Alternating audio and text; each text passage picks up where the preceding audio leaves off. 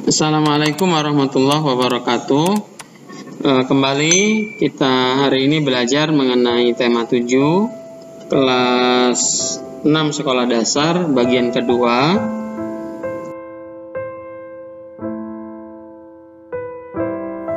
Dan pokok bahasan kita kali ini adalah mengenai pidato. Tentu saja anak-anak semua sering mendengar pidato atau melihat orang yang sedang berpidato, atau mungkin juga anak-anak pernah melakukan pidato, misalnya pidato di depan teman-teman pada saat upacara bendera. Nah, contoh pidato yang lain ketika kita upacara bendera, kepala sekolah atau guru memberikan amanat. Nah, pada saat pemberian amanat itu merupakan salah satu contoh pidato.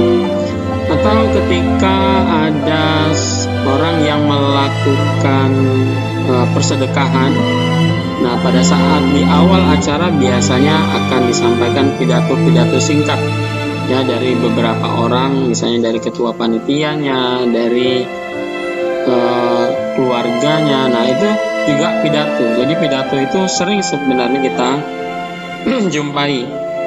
Tapi apa sih pidato itu sebenarnya? Nah, pidato itu adalah ungkapan pikiran yang disampaikan dalam bentuk kata-kata yang ditujukan kepada orang banyak. Bisa jadi untuk menyatakan selamat, menyambut kedatangan tamu, atau membahas hal-hal lain, misalnya memperingati hari-hari besar, atau ada hal memang yang ingin disampaikan dalam pidato itu. Itu pengertian pidato. Nah, hal-hal yang harus diperhatikan dalam pidato itu yang pertama isi pidato. Isi pidato itu maksudnya adalah mengenai materi, penguasaan materi pidato, pemilihan kata, dan lain-lain. Ini berhubungan dengan teks pidatonya ya. Kemudian yang kedua tentang audiensnya atau pendengar pidato. Siapa yang mendengar? Kita juga harus mempertimbangkan ketika menyampaikan pidato akan berbeda ketika kita berpidato di depan situasinya resmi atau situasinya tidak resmi, atau menyampaikan pidato di depan teman-teman kita akan berbeda dengan di depan orang-orang yang lebih dewasa misalnya. Kemudian hal yang perlu diperhatikan juga adalah teknik berpidato. Teknik berpidato ini meliputi misalnya vokal, intonasi, ekspresi, kontak mata, gestur atau mimik tubuh ya, gestur ya, dan lain-lain. Nah, anak-anak akan berusaha bagaimana caranya nanti bisa menyampaikan pidato dengan beberapa hal yang diperhatikan barusan. Tapi tentu saja sebelum membahas tentang bagaimana caranya berpidato, kita perlu juga untuk membuat sebuah teks pidato.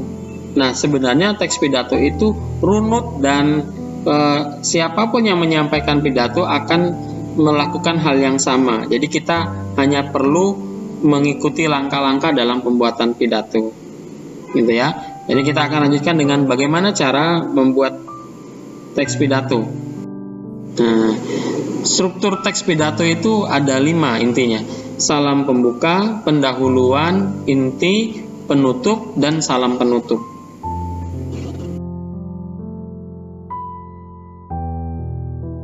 Nah, salam pembuka itu sendiri berisikan kalimat sapaan. Bisa jadi Assalamualaikum warahmatullahi wabarakatuh, bisa jadi selamat pagi, bisa jadi selamat siang, dan sapaan yang lain untuk membuka pembicaraan dalam situasi pidato ya.